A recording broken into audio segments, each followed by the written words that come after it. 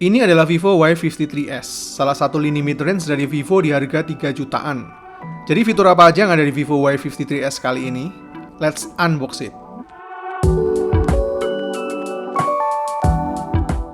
Boxnya putih polos dengan tulisan Y53s di tengahnya. Ada logo NFC di bagian kanan atas, bagian samping kanan kiri polos. Dan di bagian belakangnya ada 3 selling point utama, yaitu 64 megapiksel rear camera, 5000 mAh battery plus 33 watt flash charge, dan 8 GB RAM plus 3 GB extended RAM. Dan unit yang saya hands-on ini warnanya deep sea blue. Oke, makin mantep. Bagaimana dengan chipsetnya? Langsung kita buka aja boxnya.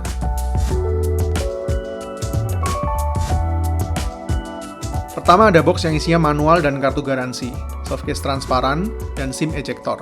Di baliknya unit device Vivo Y53s-nya, kabel USB Type-C, dapat bonus earphone eksklusif dari Vivo juga, dan kepala charger 33 watt flash charge. Oke, kita beresin dulu dan langsung ke unit device-nya.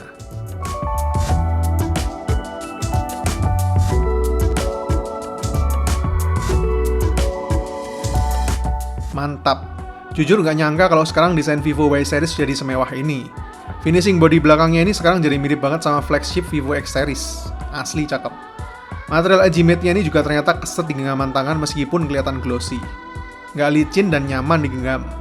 Bodinya solid dan nggak ada rongga kosong di bagian belakangnya. Bebas bekas sidik jari juga.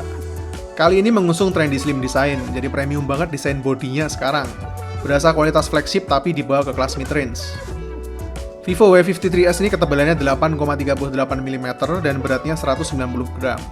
Handheldnya nyaman, cuma emang berasa agak gede aja tentengannya.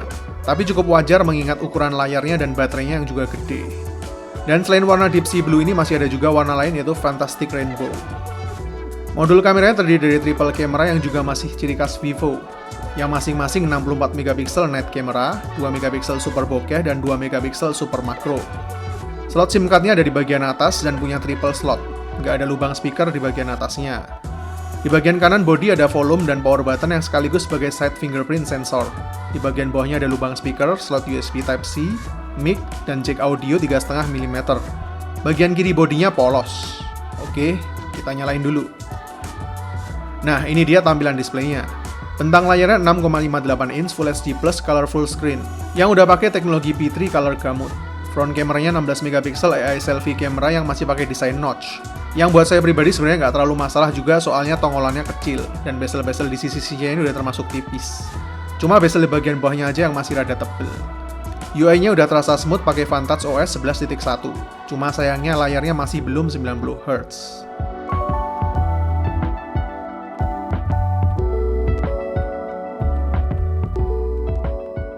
Nah, tapi kalau dari segi performanya menurut saya cukup memuaskan soalnya gaming banget. Chipsetnya udah pakai MediaTek Helio G80 gaming processor, 8GB RAM plus 3GB extended RAM, yang totalnya jadi 11GB RAM. Internal storage 128GB dengan external memory up to 1TB, dan baterai 5000 mAh dengan 33 watt flash charge. Menurut saya performa Vivo Y53s kali ini jadi gaming banget kalau dibandingin sama seri Y yang biasanya lebih fokus ke kamera dan baterainya aja. Apalagi sekarang ada fitur multi turbo sama ultra game mode-nya juga. Cuma buat tahu seberapa durability-nya bakal kita gaming test di video reviewnya besok. Jadi buat kalian yang penasaran sama performa gamingnya silahkan request aja di kolom komentar. Ke bagian kameranya ada mode malam, potret, foto, video yang ada ultra stable dan eye autofocus-nya, dan di lainnya ada mode 64 megapiksel, pano, foto live, gerak lambat, time lapse, mode pro, dan dokumen. Yang bakal kita kamera tes lebih detail di video reviewnya nanti. Tapi sementara ini kita kasih beberapa sampel jepretan kameranya berikut ini.